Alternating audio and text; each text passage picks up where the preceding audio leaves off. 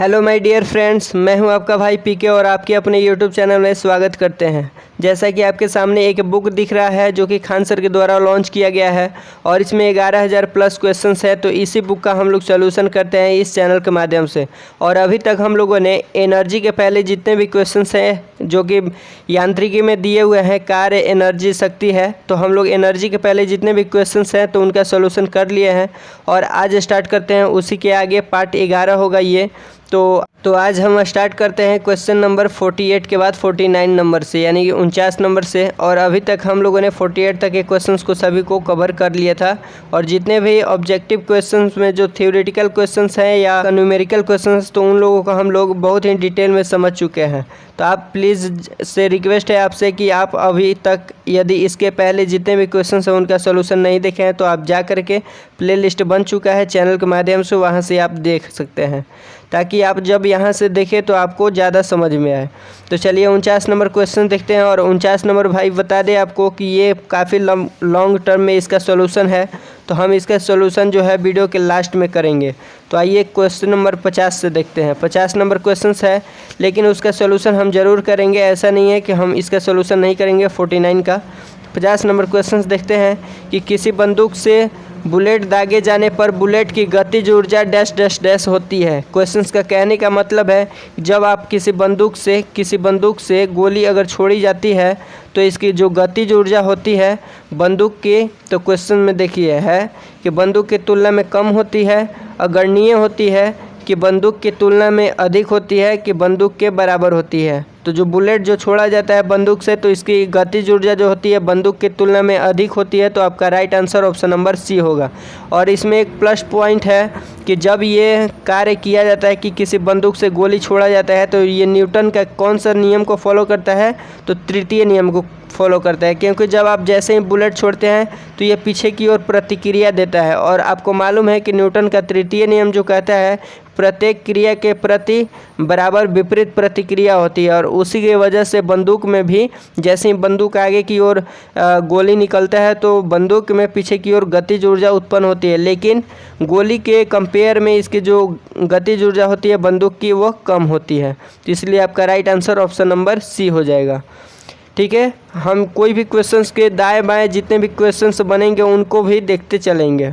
51 number question है कि यांत्रिकी ऊर्जा माइनस गतिज ऊर्जा बराबर क्या होता है। मतलब ऑप्शन के थ्रू आपका राइट आंसर बताना है।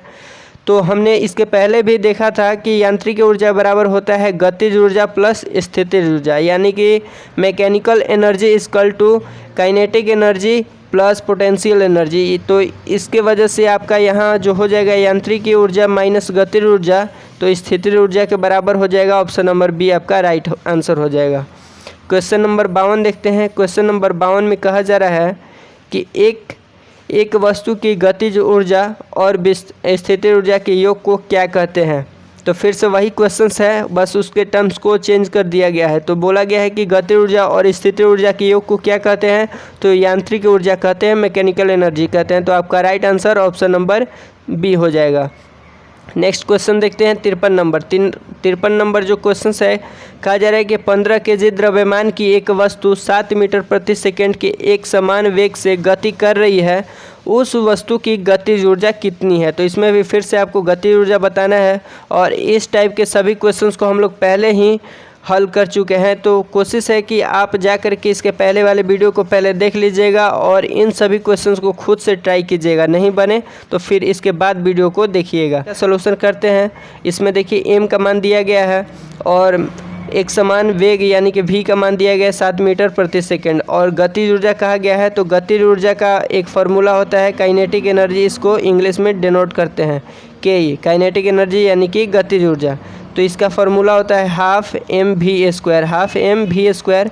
तो यहाँ हाफ हो जाएगा आपका, एम का मान दिया गया 15, वी स्क्वायर यानी कि 7 का स्क्वायर, तो 7 सत्ते 49। सॉल्यूशन कीजिएगा, 2 से ये कट जाएगा, 7.5 बार में 7.5 और 7.5 को और 49 से जब आप मल्टीप्लाई कीजिएगा तो आपका इसका राइट आंसर आ जाएगा जो होगा 53 का हो जाएगा ऑप्शन नंबर सी, यानी कि 367.5 जूल, यानी ऑप्शन नंबर सी आपका हो जाएगा। तो इसको मल्टीप्लाई करके आप देख लीजिएगा, इतना तो कर ही सकते हैं आप। 54 नंबर क्वेश्चन देखते हैं। 54 नंबर क्वेश्चन है कि 12 केजी की एक वस्तु को भूमि से एक निश्चित ऊंचाई पर रखा गया है। 12 केजी के वस्तु है और भूमि के एक निश्चित ऊंचाई पर रखा गया है। यदि वस्तु की स्थिति ऊर्जा 600 जूल है तो भूमि के संदर्भ में वस्तु की ऊंचाई ज्ञात कीजिए। मतलब कि वस्तु जो है भूमि से कितने ऊंचाई पर है, यदि उसका स्थिति ऊर्जा इतना दिया गया है यानी कि पोटेंशियल एनर्जी, और m का मान दिया गया 12 केजी। इसमें हाइट आपको बताना है, g का मान यहाँ दिया गया है। तो मैंने पहले भी बताया है कि स्थिति ऊर्जा की बात कही जाए और उसमें हाइट मेंशन हो, हाइट, तो इसके लिए एक फार्मूला होता है क्या, PE यानी कि पोटेंशियल एनर्जी, और पोटेंशियल एनर्जी बराबर होता है m इंटू जी इंटू एच, एम इंटू जी इंटू एच। और m का मान यहाँ देखते हैं हम लोग, P बराबर कितना दिया हुआ है 600 जूल, तो यहाँ हो जाएगा आपका 600 बराबर में mgh, तो बराबर दिया गया है 12, m का मान, g का मान दिया गया है 10 और h का मान हमें फाइंड आउट करना है, तो h का h हो जाएगा। और जब आप इसका सॉल्यूशन कीजिएगा तो 0 से 0 कट गया, 12 से 60 कट गया 5 बार में, यानी कि h का मान जो आ गया आपका जो h का मान यानी हाइट आ गया 5 मीटर। तो आपका right answer option number D हो जाएगा। तो आशा करते हैं कि आप समझ गए होंगे। और इसमें जो मेन पॉइंट है कि P बराबर mgh होता है, यानी कि स्थितिज ऊर्जा बराबर द्रव्यमान गुने गुरुत्वीय त्वरण इंटू हाइट, ठीक है, mgh। 54 के बाद 55 नंबर क्वेश्चन है कि निम्नलिखित में से कौन सी ऊर्जा गतिज ऊर्जा है। इसमें ऑप्शन के थ्रू आपको बताना है कौन सी गतिज ऊर्जा है। तो ऑप्शन दिया गया है कि बंदूक से निकली गोली, तो हाँ बंदूक से निकली गोली में गतिज ऊर्जा होता है, तो ये गतिज ऊर्जा है इसमें। तीव्र गति से कार्यरत रेलवे इंजन, तो रेलवे इंजन गति के कार्य कर रहा है यानी कि गति में है। एक साधारण पेंडुलम की गति, पेंडुलम की गति, तो गति आ गया, तो इसमें भी गतिज ऊर्जा है, यानी कि तीनों में गतिज ऊर्जा है। और ऑप्शन डी में दिया गया है कि ABC यानी कि तीनों में गतिज ऊर्जा है। तो आपका right answer option number D हो जाएगा। 56 नंबर क्वेश्चन है 6 मीटर प्रति सेकंड के वेग से गतिमान 10 किलोग्राम द्रव्यमान की वस्तु की गतिज ऊर्जा है। इसमें देखिए वेग का मान दिया गया है, वेग का मान कितना दिया गया है 6 मीटर प्रति सेकंड, और m का मान दिया गया यानी कि 10 kg द्रव्यमान है। इसमें गतिज ऊर्जा बताना है, तो इसके लिए भी हमने पहले ही फार्मूला पढ़ रखा है कि हाफ mv² होता है गतिज ऊर्जा बराबर। तो m का मान दिया गया है हाफ हो जाएगा ये, पहले तो m का मान कितना दिया गया तो 10, तो यहाँ हो गया 10 v² यानी कि वेग का 6 का स्क्वायर हो जाएगा, 6 के 36। और जब आप इसको काटिएगा तो आपका आंसर हो जाएगा 5 और 6 × 30 और 5 × 3 = 15, 16 × 17 = 18, 180 जूल। क्योंकि स्थितिज ऊर्जा या गतिज ऊर्जा का जो ऐसा यूनिट होता है जूल होता है, तो 180 जूल हो जाएगा।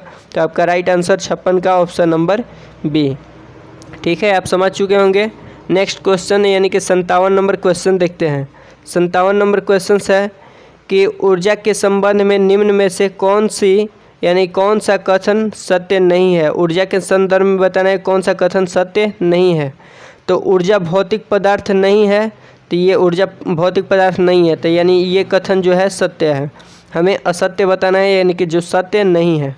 ऊर्जा किसी कार्य को करने की क्षमता की माप है, तो ये भी बात सत्य है। मापा जाता है किसी कार्य करने की क्षमता को जूल में यानी कि ऊर्जा में। ऊर्जा को कई रूपों में संग्रहित किया जाता है, किया और मापा जा सकता है, तो यह भी बात सत्य है। रूपांतरण के दौरान निर्गत ऊर्जा निर्वात में जाती है, तो ये बात गलत है। तो आपका right answer option number D हो जाएगा कि रूपांतरण के दौरान गतिज निर्गित ऊर्जा जो है निर्वात में नहीं जाती है, तो इसमें बोला गया है कि जाती है। तो ऑप्शन नंबर डी आपका असत्य हो जाएगा यानी कि सत्य नहीं है। क्वेश्चन नंबर 58 है कि 20 kg द्रव्यमान का एक वस्तु 10 मीटर प्रति सेकंड के समान वेग के साथ आगे बढ़ रहा है। वस्तु द्वारा प्राप्त गतिशील ऊर्जा है, मतलब ऊर्जा क्या है। तो इसमें देखिए गतिशील का बात कहा गया है, यानी कि फिर से आप गतिज ऊर्जा फाइंड आउट कीजिएगा। और इसमें जो दिया गया है m का मान 20 kg 10 मीटर प्रति सेकेंड यानी कि v का मान दिया गया है, वेग का मान। तो गतिशील ऊर्जा क्या है यानी कि गतिज ऊर्जा क्या है, तो हाफ mv²। फिर से आप लगाइएगा तो हाफ m का मान दिया गया 20, v² यानी कि 10 का स्क्वायर यानी कि 100। तो 100 का आधा हो गया 50, और 50 से 20 में गुना कीजिएगा तो 5 दूनी की 10 और डबल 0 यानी कि 1000 जूल आपका आंसर हो जाएगा ऑप्शन नंबर बी, 58 का option number B. Next question देखते हैं। नेक्स्ट क्वेश्चन है 59 नंबर के 20 kg के हथौड़े द्वारा प्राप्त विभव ऊर्जा की गणना करें जब इसे 10 मीटर की ऊंचाई पर बढ़ाया जाता है। जब 20 kg के एक हथौड़ा है और इसको 10 मीटर ऊंचाई पर बढ़ाया जाता है तो इसमें जो एनर्जी होगा कितना जूल होगा। तो इसमें देखिए हाइट का बात मेंशन किया गया है और मैंने बताया है कि जब भी हाइट का बात मेंशन किया जाए, हाइट दिया रहे तो इसमें क्या लगाइएगा आप mgh। तो m का मान दिया गया 20, m का मान दिया गया है यहाँ से 20, g का मान हो गया 10 और h का मान हो गया 10 मीटर इंटू 10। तो टोटल हो जाएगा आपका 2000 जूल। 2000 जूल इसमें एनर्जी स्टोर होगा कब, जब हथौड़े को 10 मीटर की ऊंचाई पर टांग करके रखा जाएगा, बढ़ा करके रखा जाएगा। तो आपका right answer option number B हो जाएगा 2000 जूल। 60 नंबर क्वेश्चन है कि 13 kg द्रव्यमान की एक वस्तु 5 मीटर प्रति सेकेंड के समान वेग से आगे बढ़ रही है तो वस्तु में निहित गतिज ऊर्जा कितनी होगी। तो फिर से निहित गतिज ऊर्जा पूछा गया है तो इसलिए आप लगाइएगा हाफ mv²। हाफ mv² लगाने के लिए आपको चाहिए m और v का मान। तो दिया गया है m का मान 13 kg और v का मान दिया गया है 5 मीटर प्रति सेकेंड के वेग से।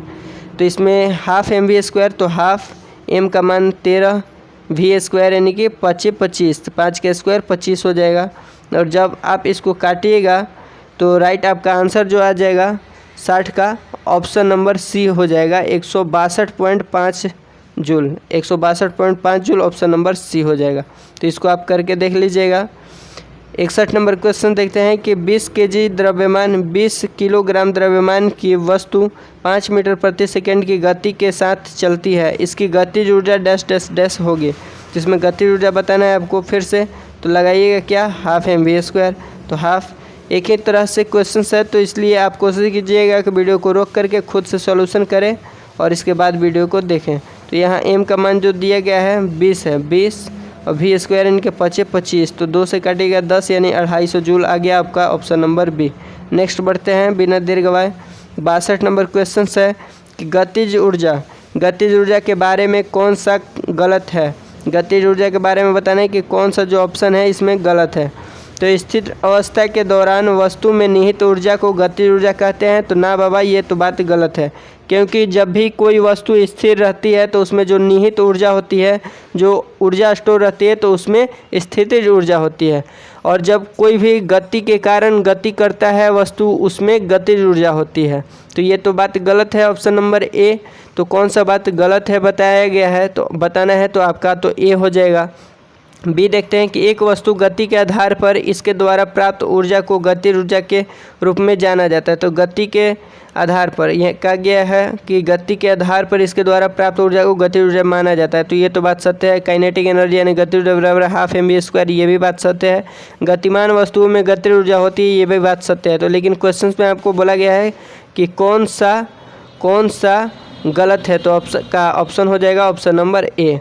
कभी भी देखिए ऑप्शन को पूरा रीड कर लीजिएगा, और कभी कभी क्या होता है कि ऑप्शन में ए और बी दोनों इस तरह से दिया रहता है। 63 नंबर क्वेश्चन है कि 4 मीटर प्रति सेकेंड की एक समान वेग के साथ चलने वाली एक वस्तु में 120 जूल की गतिशील ऊर्जा होती है। वस्तु का द्रव्यमान ज्ञात करें। तो फिर से आपको द्रव्यमान ज्ञात करना है कब, जब गतिज ऊर्जा यानी गतिशील ऊर्जा का मान आपको दिया रहे। तो कोई टेंशन की बात नहीं है।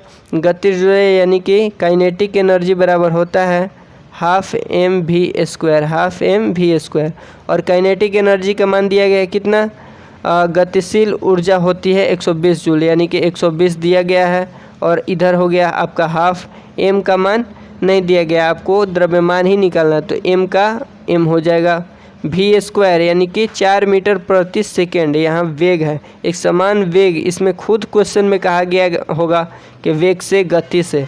तो 4 का स्क्वायर हो जाएगा, क्योंकि यहाँ फॉर्मूला जो होता है v²। तो 4 चौका 16, तो 2 से कट गया 8 बार में, और जब 8 से 120 में डिवाइड कीजिएगा तो 15 8 120, यानी कि m का जो मान आएगा 15 kg आ जाएगा। तो 15 kg, और साथ में आपको यूनिट देखना होगा कि केजी में है कि वाट में है कि न्यूटन में है कि पास्कल में है। तो आपका केजी में होना चाहिए, क्योंकि द्रव्यमान के ऐसे ही मात्रक केजी होता है। तो आपका ऑप्शन नंबर बी सही हो जाएगा। कोशिश करते हैं कि आपको अपना प्रयास से कि जितने क्वेश्चंस हैं उनको डिटेल में आपको समझाएं ताकि कहीं प्रॉब्लम ना हो। फिर भी आपको प्रॉब्लम होती है तो आप कमेंट में बता सकते हैं कि हमें यहाँ प्रॉब्लम है, मुझ में यहाँ गलतियाँ हुई हैं। ठीक है, तो 64 नंबर क्वेश्चन है कि 800 किलोग्राम की एक कार द्वारा 5 मीटर प्रति सेकेंड से 10 मीटर प्रति सेकेंड वेग बढ़ाने पर किया गया कार्य। तो इसमें यानी कि V1 और V2 का मान दिया गया है, यानी कि एक बार भी जो वेग होगा कम है और एक बार फिर इसे बढ़ा दिया जाता है, यानी कि V1 जो आपका हो जाएगा 5 मीटर प्रति सेकेंड V1 हो जाएगा, और V2 यानी कि जो बढ़ा दिया गया तो ये आपका V2 हो जाएगा, यानी कि दूसरा वेग, शुरुआती वेग और अंतिम वेग आप कह सकते हैं। तो किया गया कार्य पूछा गया है, किया गया कार्य यानी कि फिर से आप काइनेटिक एनर्जी बराबर लिखिएगा। और जब दो वेग दिया रहा है तो इसके लिए फार्मूला थोड़ा डिफरेंट होता है, हाफ इंटू m और V2 square minus V1 square. आप लिख रहे हैं तो यहाँ नहीं दिखाई दे रहा है, यहाँ इसके बाद यहाँ देखिए V2 square minus V1 square. ठीक है, और इसी पर आप इसको सभी वैल्यू को पुट कीजिएगा। और लेकिन कुछ स्टूडेंट बोलेंगे, जैसे भाई बोलेंगे कि के आप लिखे हैं, यहाँ किया गया कार्य बोला गया है, तो आप के क्यों लिखें, यानी कि के जो है गतिज ऊर्जा है। तो भाई आपको बता दें कि जो किया गया कार्य होता है, एनर्जी में खपत को ही किया गया कार्य कहते हैं। यदि आपके अंदर 10 जूल एनर्जी है और 10 जूल आप नष्ट कर देते हैं, तो आपसे कोई पूछे कि कितना आपने कार्य किया, तो आप बोलिएगा कि 10 जूल, क्योंकि किया एनर्जी में खपत, यानी कि एनर्जी में खपत लॉस होती है, जो एनर्जी की जो लॉस होती है उसी को कार्य कहते हैं, किया गया कार्य कहते हैं। तो के बराबर लिखिए या वर्क लिखिए, सेम बात है। तो हाफ हो जाएगा, एम कितना दिया गया 800 किलोग्राम, तो 800 हो गया, यहाँ इंटू में है, गुना में है, और V2 स्क्वायर यानी कि 10 का स्क्वायर, V2 आपका 10 है तो 10 का स्क्वायर यानी कि 100, 10 का स्क्वायर 100 माइनस V1 स्क्वायर यानी कि 25, यानी कि V1 का मान है 5 तो 5 का स्क्वायर 25, 100 माइनस 75 जाएगा, 25 जाएगा तो यहाँ 75 इंटू 800, तो 2 से भाग दीजिएगा तो 400, तो 400 इंटू 75, 75 दूनी 1.5, तो 1.5 दूनी 3 यानी कि 300 हो गया, और 00 एक और है तो 00 यानी कि 30,000 आपका जूल हो जाएगा। 30,000 जूल हुआ, लेकिन क्वेश्चन ऑप्शन में दिया गया है 30 kg joule, 40 kg joule, 10 kg joule और 20 kg जूल। तो आपको बता दें कि 1000 जूल बराबर 1 kg जूल होता है, 1000 जूल बराबर 1 kg जूल होता है, किलो जूल होता है, यानी कि 1000 जूल बराबर 1 किलो जूल होता है। तो इस तरह से आपका जो 3 जीरो हो जाएगा ये 1 kg यानी कि किलो जूल के बराबर हो जाएगा। तो यहाँ से आपका हो जाएगा 30 किलो जूल यानी कि kg, 30 kg। तो आपका right answer option number A हो जाएगा। इसमें एक और पॉइंट मेन क्या है कि 1000 जूल बराबर 1 किलो जूल होता है। ठीक है, इसको आप याद कर लीजिएगा। 65 नंबर क्वेश्चन है कि 65 में कहा गया है कि 5 मीटर प्रति सेकेंड की गति से आगे बढ़ रही द्रव्यमान m की एक वस्तु की गतिज ऊर्जा 25 जूल है। इसकी गति दुगनी हो जाने पर इसकी गतिज ऊर्जा कितनी होगी।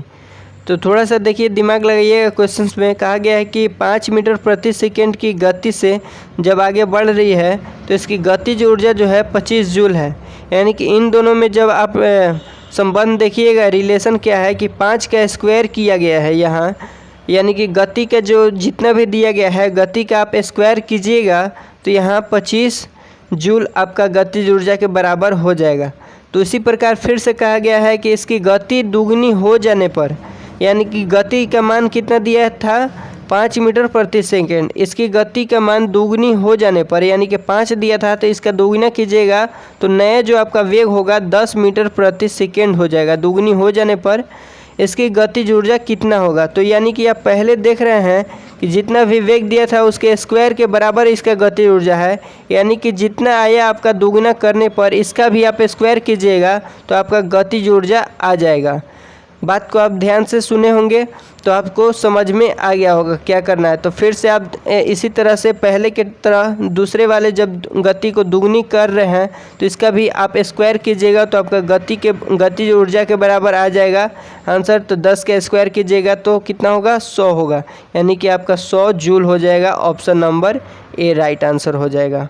इसमें देखिए कैलकुलेट नहीं करना था, इसमें थोड़ी सी दिमाग लगाना था। तो आपको नहीं समझ में आया तो थोड़े से पीछे जा कर के वीडियो को फिर से इसका सॉल्यूशन देख सकते हैं।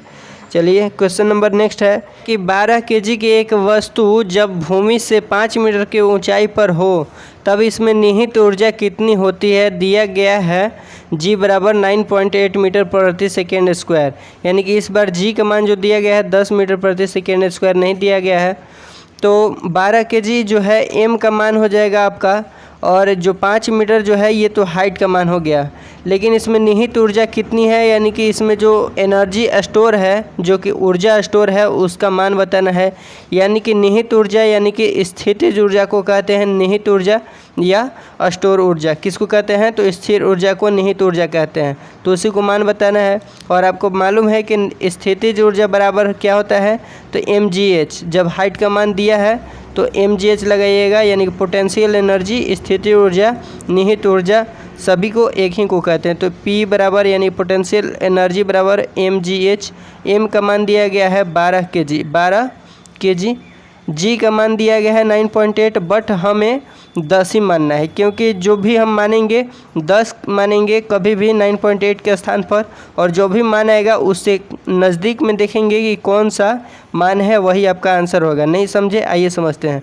g का मान 9.8 लेना था लेकिन हमने 10 लिया, और h का मान 5 मीटर मानना है। तो 5 मीटर दिया हुआ है तो 5 मीटर ले लिए। 12 25 60 और एक और 0 10 से गुना कीजिएगा तो यानी कि 600 जूल हुआ। लेकिन यह रियलिटी आंसर नहीं हुआ, असली में आंसर ये नहीं हुआ, इससे कम होगा। जो भी आंसर इसका होगा रियल में वो इससे 600 जूल से कम होगा। क्यों कम होगा, क्योंकि हमने 9.8 के स्थान पर 10 माना था, अधिक माना था। तो जाहिर सी बात है कि जो भी हमारा आंसर आया होगा रियल आंसर से वो थोड़ा सा अधिक आया होगा, यानी कि इससे जो नज़दीक में सबसे जो नज़दीक में कम होगा वही आपका राइट आंसर होगा। तो इसके नज़दीक में सबसे कौन है, तो 588 जूल, यानी कि 588 जूल है जो 600 के अप्रोक्सीमेट यानी कि नज़दीक में है, लगभग नज़दीक में है। तो 588 जूल आपका राइट आंसर हो जाएगा। और 9.8 के स्थान पर 10 मानते हैं, तो ये क्वेश्चन से किसी को बनाने के लिए अगर कोई दे आपको तो 10 नहीं मानिएगा, आपको 9.8 मान करके बताना होगा। अब ये 10 हमने क्यों माना, क्योंकि ताकि आसानी से आंसर जो है आ जाए, क्योंकि 10 मानने पर जो कैलकुलेशन की विधि होती है वो आसान हो जाती है। तो हमने 10 माना और देखा कि इसके नज़दीक कौन सा आंसर है, वही आपका राइट आंसर हो गया। 67 नंबर क्वेश्चन देखते हैं। 67 नंबर क्वेश्चन है कि पृथ्वी की ओर मुक्त रूप से गिरने वाले पिंड की कुल ऊर्जा में क्या परिवर्तन होगा। कहने का मतलब है कि पृथ्वी की ओर मुक्त रूप से यानी कि कहीं कोई जगह हाइट से, किसी हाइट से, माने कि हाइट जो है h है, h हाइट से कोई पिंड नीचे की ओर गिर रही है। तो आपको मालूम है कि खुले आसमान से या कहीं से भी कोई भी पिंड नीचे की ओर आती है, गिरती है, तो इसमें कौन सी एनर्जी होती है, तो गतिज ऊर्जा। तो नीचे की ओर जिस तरह से यह धीरे धीरे बढ़ता है तो धीरे धीरे इसमें गतिज ऊर्जा बढ़ती जाती है। तो गतिज ऊर्जा बढ़ती है लेकिन इसकी स्थितिज ऊर्जा जो है घटती जाती है। जितनी ज़्यादा गतिज ऊर्जा बढ़ती है उतनी ही ज़्यादा स्थितिज ऊर्जा घटती है। तो यहाँ से पता चलता है कि जो इसके अंदर एनर्जी होगा वो स्टोर होगा, निहित होगा, यानी कि इसमें कोई परिवर्तन नहीं होगा, क्योंकि गतिज ऊर्जा बढ़ रही है लेकिन साथ ही गतिज ऊर्जा उतनी ही परसेंटेज के रूप में या किसी के रूप में वही अनुपात में घट रही है।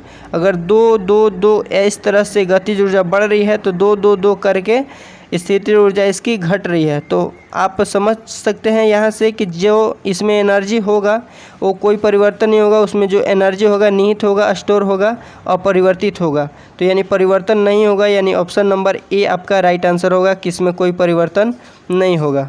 बाकी आप ऑप्शन को पढ़ सकते हैं और जहाँ भी कहीं भी डाउट लगे तो आप कमेंट, उसके लिए बॉक्स खुला है तो आप उसमें पूछ सकते हैं। 68 नंबर क्वेश्चन है और आपको वीडियो पसंद आ रहा होगा तो प्लीज़ वीडियो को पसंद कीजिए, लाइक कीजिए, और ना पसंद आए तो डिसलाइक का ऑप्शन है उस पर भी आप क्लिक कर सकते हैं। 68 नंबर क्वेश्चन है कि 1 केजी की वस्तु 30 मीटर की ऊंचाई से भूमि पर गिराई जाती है, गुरुत्वीय बल द्वारा किया गया कार्य होगा। यानी कि गुरुत्वीय बल द्वारा किया गया कार्य बताना है आपको कि क्या होगा, यानी कि गुरुत्वीय बल यानी कि उसमें किया गया कार्य कितना होगा। सिंपल सी बात है। तो एम का मान दिया गया है 1 केजी, 30 मीटर जो है आपका हाइट का मान हो गया, हाइट का मान ये एम का मान हो गया। और जी का मान 10 मीटर प्रति सेकंड लेना है। तो किया गया कार्य, तो कार्य बराबर भी होता है mgh ही। जब भी हाइट दिया रहे तो कार्य बराबर भी mgh लिख सकते हैं, या पोटेंशियल एनर्जी भी mgh के बराबर होता है। ठीक है, क्योंकि ये दोनों का ऐसा ही यूनिट होता है, जूल ही होता है, और कार्य का ऐसा ही मात्रक जूल, और किसी भी ऊर्जा का ऐसा ही मात्रक जूल होता है। तो इसलिए दोनों के बराबर mgh आप लिख सकते हैं। तो m का मान दिया गया है 1, g का मान दिया गया है 10 और h का मान दिया गया है 30। इन सभी को मल्टीप्लाई कीजिएगा तो आपका आ गया 300 जूल। तो 300 जूल आ गया, तो आपका ऑप्शन नंबर बी राइट हो जाएगा। अब गुरुत्व बल द्वारा किया गया कार्य बोला गया है, तो इससे कोई प्रभाव नहीं पड़ता है, लेकिन इसमें कार्य हो रहा है। ठीक है, अब बोलता है कि कोई पिंड नीचे से ऊपर की ओर ले जाया जा रहा है, नीचे से ऊपर की ओर त्वरित हो रहा है, या नीचे से ऊपर की ओर फेंका जा रहा है, तब उसमें गुरुत्व बल का मान जो होता है आपका नेगेटिव होता है, ऋणात्मक हो जाता है। लेकिन सिंपल सा बात कहा गया है कि इस पर रखा गया 30 मीटर हाइट पर भूमि से गिराई जाती है, यानी कि नीचे की ओर ही आ रहा है, रखा नहीं गया है, नीचे की ओर ही आ रहा है। तो नीचे की ओर आ रहा है तो इसमें कोई परिवर्तन नहीं होगा, यानी कि प्लस कहीं प्लस ही रह जाएगा, माइनस नहीं होगा, क्योंकि गुरुत्व विरुद्ध के जब गुरुत्व बल के विरुद्ध आप कार्य करते हैं, यानी कि कोई भी वस्तु को नीचे से ऊपर ले जाते हैं, तब जो भी आपका गुरुत्व बल का मान आएगा वो आपका नेगेटिव आएगा, यानी कि यहाँ 300 जूल नहीं होता, -300 जूल हो जाता है। कब? जब आप कोई भी कार्य गुरुत्व बल के विरुद्ध करते हैं, यानी कि गुरुत्व बल पृथ्वी की ओर लगता है, नीचे की ओर लगता है, और कोई भी आप ऊपर की ओर कार्य करते हैं, तब यहाँ जो आपका किया गया कार्य होता है नेगेटिव में आता है। ठीक है, 68 के बाद 69 नंबर यानी 69 नंबर क्वेश्चन है। एक 10 kg की वस्तु 5 मीटर प्रति सेकंड की गति से गतिमान है, वस्तु की गतिज ऊर्जा डैश डैश डैश होगी।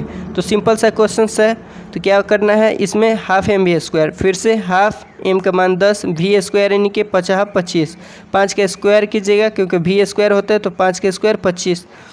इसको काट दिए, अब तो हो गया 5, 25 × 5 125, 125 क्या जूल, क्योंकि कार्य कैसे मात्रक जूल, गति ऊर्जा कैसे मात्रक जूल, तो 125 जूल आपका right answer option number A. 70 number question है कि 3 kg की एक पिस्तौल से 180 मीटर प्रति सेकंड वेग से एक 40 ग्राम की गोली क्षैतिज रूप से चलाई जाती है, तो पिस्तौल का प्रतिघाती वेग कितना होगा। तो ये देखिए एक यूनिक क्वेश्चन है, जितना हम लोगों ने अभी तक क्वेश्चंस किया उसमें से एक यूनिक क्वेश्चन है। तो कभी भी आपसे प्रतिघाती वेग पूछा जाए तो इसके लिए एक फार्मूला होता है।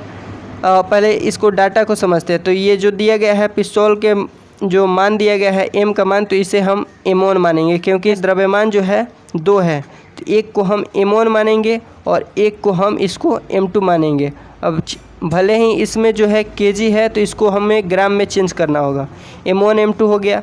और इसके वेग को v1 मानेंगे, किसके, तो m1 के वेग को, यानी पिस्तौल के वेग को। तो इसी का वेग निकालना है प्रतिघाती वेग, प्रतिघाती वेग, यानी कि इसको हम v1 मानेंगे। और v2 m2 किसे माने हैं, तो गोली को, तो गोली के वेग को v2 मानना होगा, क्योंकि ये m2 है, तो इसके वेग को भी हम v2 मानेंगे। तो v2 कितना दिया गया है, 180 मीटर प्रति सेकंड के वेग से, यानी कि ये जो वेग है गोली का है, तो ये हो गया आपका v2। तो यहाँ से तो आपने डाटा लिख लिया। और जब भी प्रतिघाती वेग आपसे निकालने के लिए कही जाए, तो इसके लिए एक फार्मूला होता है minus m1 × v1 = m2 × v2, और इसी के फार्मूला के बेस पे आपका आंसर आ जाएगा। m1 का मान कितना, 3 kg, तो 3 kg यानी कि इसको आपको मानना होगा, ग्राम में चेंज करना होगा। तो 1 किलो बराबर 1000 ग्राम, तो 3 किलो में 3000 ग्राम, क्योंकि जो इसका वेग है जो गोली का मान दिया गया है, द्रव्यमान का मान, वो ग्राम में है, तो सभी को आपको ग्राम में चेंज करना होगा। तो ये 3 kg है, तो 3000 ग्राम हो जाएगा, 3000 ग्राम हो गया। इसका v1 जो है इसी को फाइंड आउट करना है, तो इसका मान नहीं है, तो v1 का v1। m2 का मान कितना है, 40 ग्राम, तो ये ग्राम में है, तो ठीक है।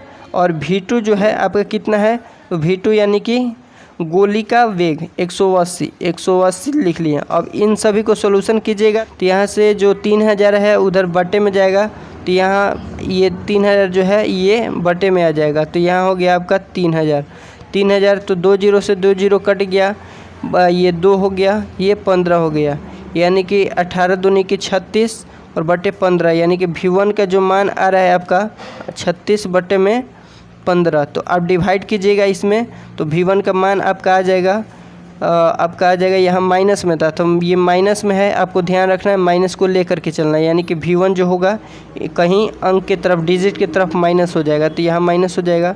तो माइनस यहाँ 15 से डिवाइड कीजिएगा तो 15 दूनी 30 और 6, तो 15 चौके 60, यानी कि 2.4 माइनस 2.4 आ जाएगा। तो आपका वेग का जो यूनिट होता है मीटर प्रति सेकेंड होता है, आपको मालूम है। तो V1 यानी कि प्रतिघाती वेग का मान कितना आ गया, माइनस 2.4 मीटर प्रति सेकेंड। तो आपका राइट आंसर हो जाएगा ऑप्शन नंबर सी दिया गया है, देखिए माइनस 2.4 मीटर प्रति सेकेंड। तो आपका right answer option number C हो गया। नेक्स्ट क्वेश्चन देखते हैं, 71 नंबर है। 71 नंबर आपका क्वेश्चन है, 71 नंबर क्वेश्चन है कि धरती से टकराने से तुरंत पहले यदि 2 kg द्रव्यमान की वस्तु गतिज ऊर्जा 400 जूल है तो इसे किस ऊंचाई से गिराया गया था।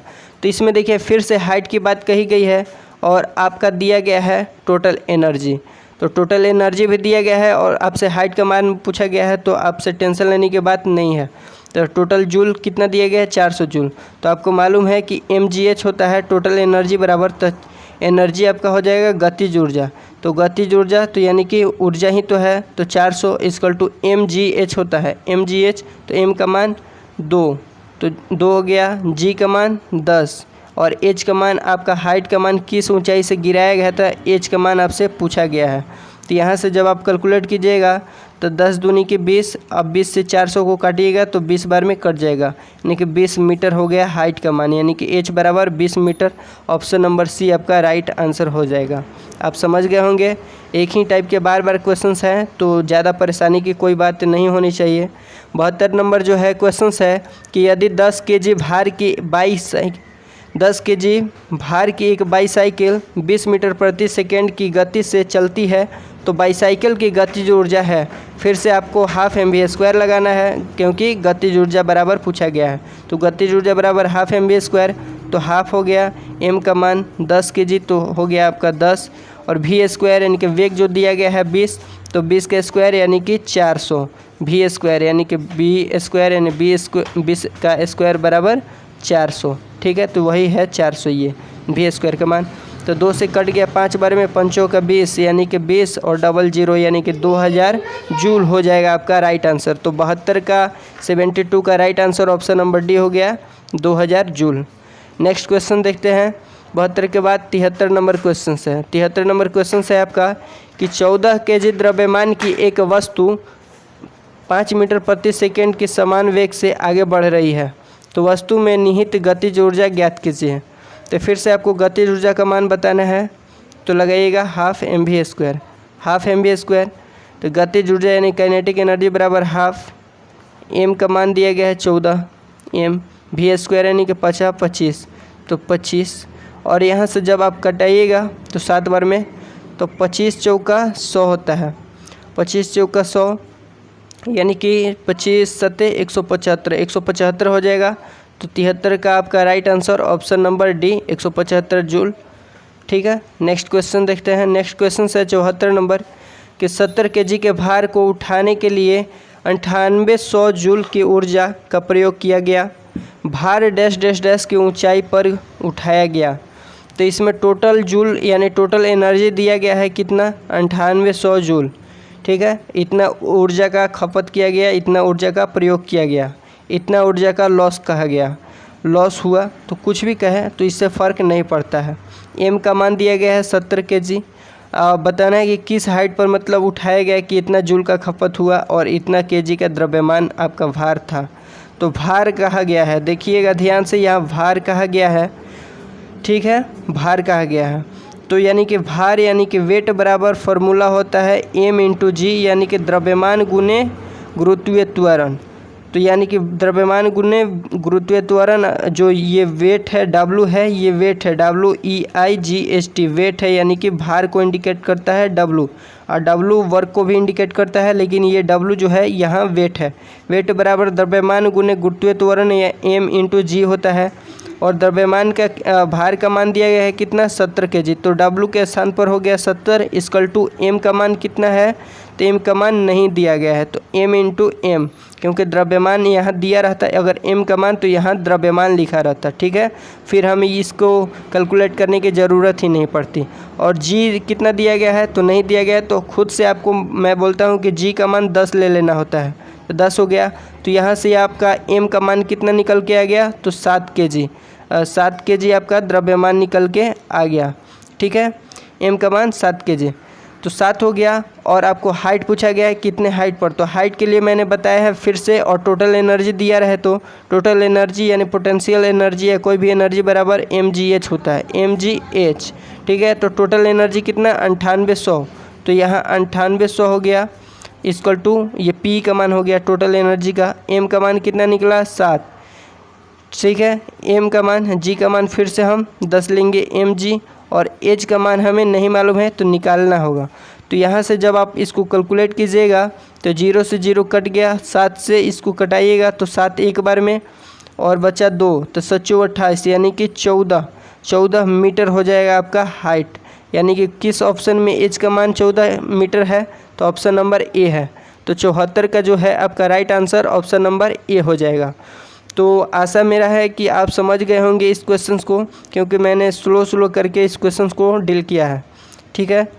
75 नंबर क्वेश्चन देखते हैं। 75 नंबर है कि एक व्यक्ति 20 kg के सामान को ज़मीन से 2 मीटर ऊपर उठाकर अपने सिर पर रखता है, उसके द्वारा किया गया कार्य होगा। तो उठा करके सिर पर रखता है तो उसके द्वारा किया गया कार्य पूछा गया है, क्या होगा। तो हाइट का मान यानी कि मेंशन है, यानी हाइट कितना है 2 मीटर, m का मान दिया गया है द्रव्यमान का 20 kg। तो फिर से आपको किया गया कार्य बताना है, तो किया गया कार्य या टोटल एनर्जी जितनी खपत हुई है तो उसको पोटेंशियल एनर्जी स्थितिज ऊर्जा कह सकते हैं। और स्थितिज ऊर्जा मतलब स्थिति के कारण उत्पन्न ऊर्जा को स्थितिज ऊर्जा कहते हैं। लेकिन आप W बराबर भी mgh लिख सकते हैं और P बराबर भी mgh, क्योंकि ऊर्जा में खपत को ही कार्य कहते हैं, मैं बार बार आपसे बोल चुका हूँ। तो W बराबर mgh हो जाएगा। और इस फॉर्मूला के माध्यम से अगर पहले वाले वीडियो आप देखिएगा तो बहुत सारे हमने क्वेश्चंस को सॉल्व किया है। तो W बराबर यानी कि किया गया कार्य बराबर हो जाएगा, m का मान दिया गया है कितना 20, g का मान यहाँ से 10 दिया गया है, 9.8 नहीं लेना है, और m हाइट का मान कितना है 2। तो टोटल को कैलकुलेट कीजिए तो 20 दूनी के 40 यानी कि 400 आपका जूल हो गया टोटल एनर्जी कितनी खपत हुई, तो 400 जूल।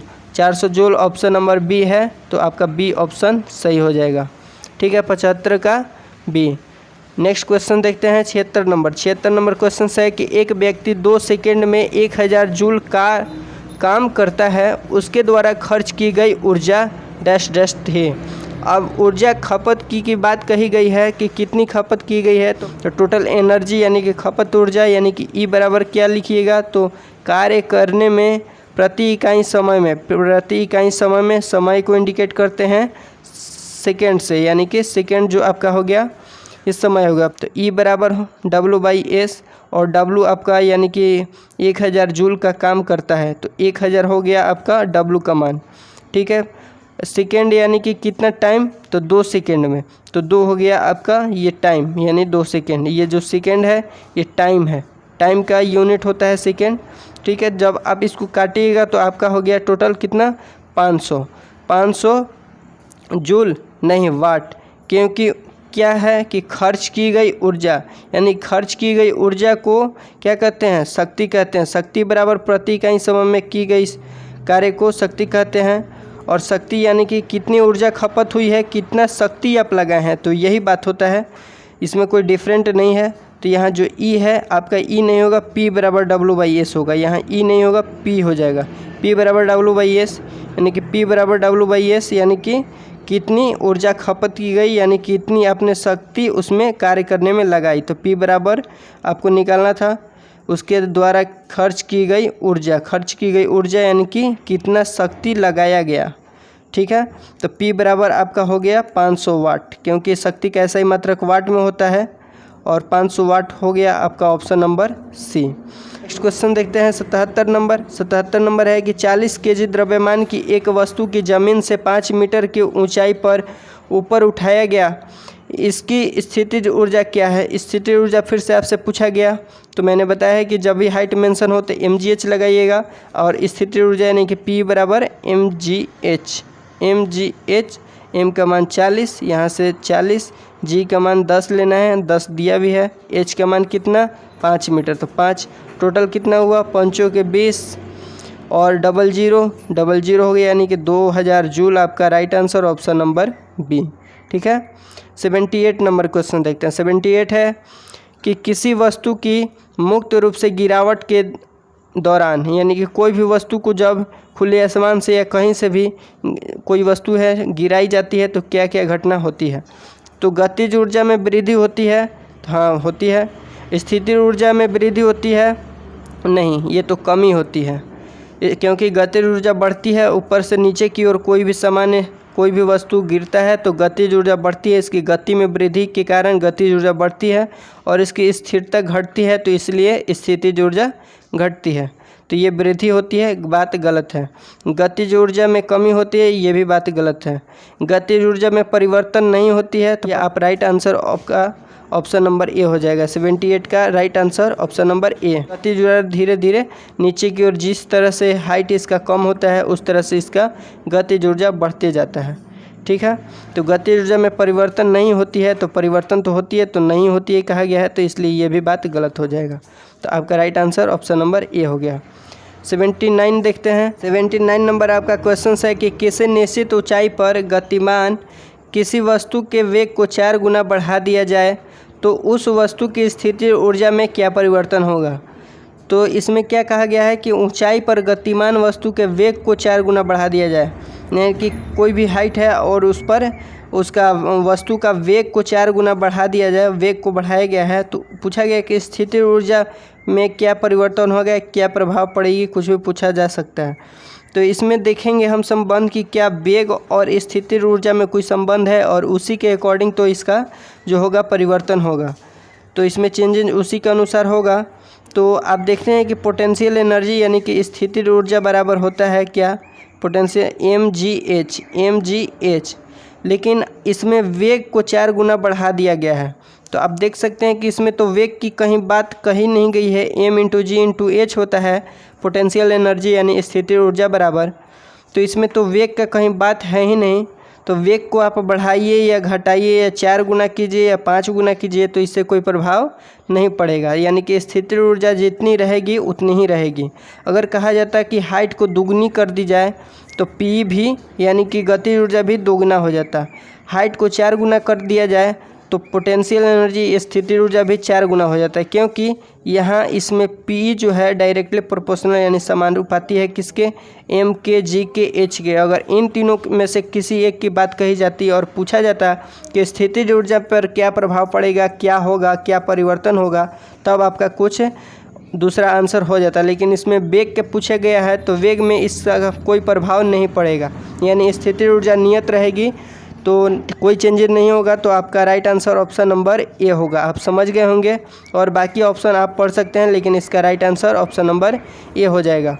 अब रही बात कि हमने जो स्टार्टिंग में आपका क्वेश्चन था 49 यानी कि 49 नंबर, तो उसी का हम सॉल्यूशन देखेंगे, क्योंकि हमने बोला था स्टार्टिंग में ही कि उसका सॉल्यूशन हम लास्ट में देखेंगे, क्योंकि कुछ उसके लंबे चौड़े जो उसका सॉल्यूशन है, तो उसका सॉल्यूशन हमने यहाँ कुछ तैयार किया है, तो आप देख सकते हो। और इसको मैं रोटेट कर देता हूँ, तो यहाँ से आप उसका सॉल्यूशन देख सकते हैं।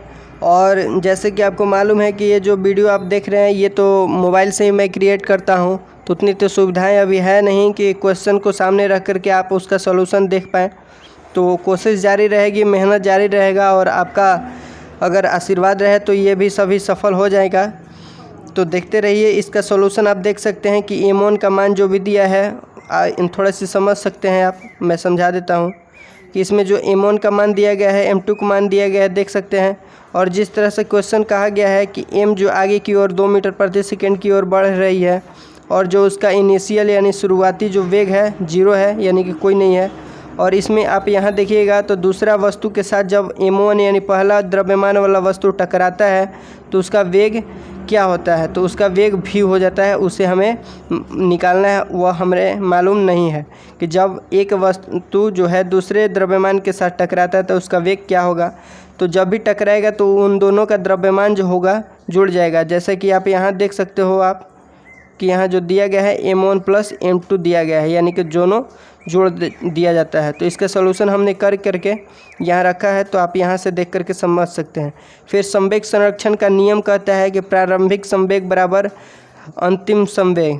तो मैं बोला था कि काफ़ी लंबा चौड़ा है, तो देखिए यहाँ M1 इंटू U2 यानी कि इसका शुरुआती वेग और फिर प्लस हो जाता है क्या, दूसरा पिंड का द्रव्यमान है इंटू उसका वेग बराबर में M1 प्लस M2 यानी कि जब टकराता है तो उन दोनों का द्रव्यमान का वेग द्रव्यमान का टोटल योग इंटू वेग, यानी कि M1 इंटू V1 बराबर M2 इंटू V2 होता है। उसी तरह से है, लेकिन इसमें जब वस्तु जो है दो एक दूसरे के साथ टकराता है तो यही इसका कंडीशन होता है इसका सॉल्यूशन करने का। तो जिस तरह से डाटा दिया है M1 का मान 0.5 हमने यहाँ ले लिया है, और दो जो है इसका वेग है, शुरुआती वेग दिया है क्वेश्चन में देख लीजिएगा, और M2 जो है M2 का मान दिया गया है, यानी कि उसका द्रव्यमान जो है 1 kg दिया गया है और उसका वेग जो है हमने 0 ले लिया है।